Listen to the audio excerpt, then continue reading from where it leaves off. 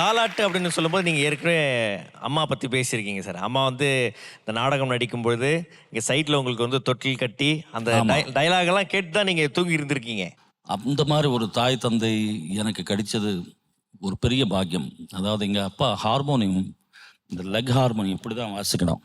So இங்கே play பண்ணும்போது இந்த அசைவு தெரியக்கூடாது குழந்தைங்கன்னு சொல்லி இதில் ஒரு பில்லோ போட்டு அது மேலே குழந்தை படுக்க வச்சு அவர் எங்கள் அண்ணா எல்லாம் சொல்லுவாங்க, உனக்கு அந்த தூக்கம் கலையக்கூடாதுன்னு சொல்லி பில்லோ போட்டு அது மேலே படுக்க வச்சு அந்த மாதிரி ஒரு கிரேட் மதர் ஃபாதர்.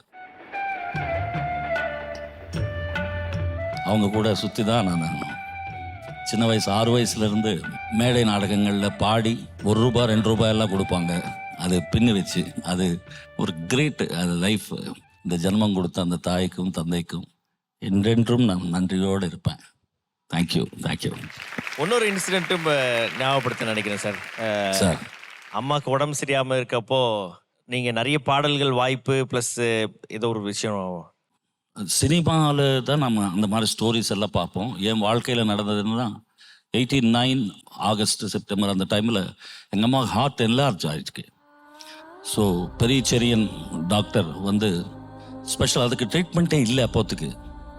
ஸோ நான் ட்ரை பண்ணுறேன் அப்படின்னு சொல்லிட்டு அவரை சொல்லி எப்போவுமே எமர்ஜென்சியில் ஒரு பெட் இருக்கும் மதருக்கு. அதே டைமில் அண்ணன் எஸ்பிபி அவர்களுக்கு இந்த இந்திரன் சந்திரன் கமல் சார் படத்துக்கு தெலுங்கு டப்பிங் வாய்ஸ் கொடுத்து அவருக்கு வோக்கல் கார்ட்ஸில் ரப்சர் ஆகி 3 months ரெஸ்ட்டு. அண்ணன் சென்னை, பெங்களூர், கன்னடா பாட்டுக்கு, தெலுங்கு பாட்டுக்கு, தமிழ் பாட்டுக்கு ட்ராவல் பண்ணுவேன் அதிகமாக. டெய்லி 28,000 30,000 பில் வரும் டெய்லி. ஸோ எப்படிங்க எனக்கு ₹3,000 ₹2,500 பேமெண்ட் அப்போது.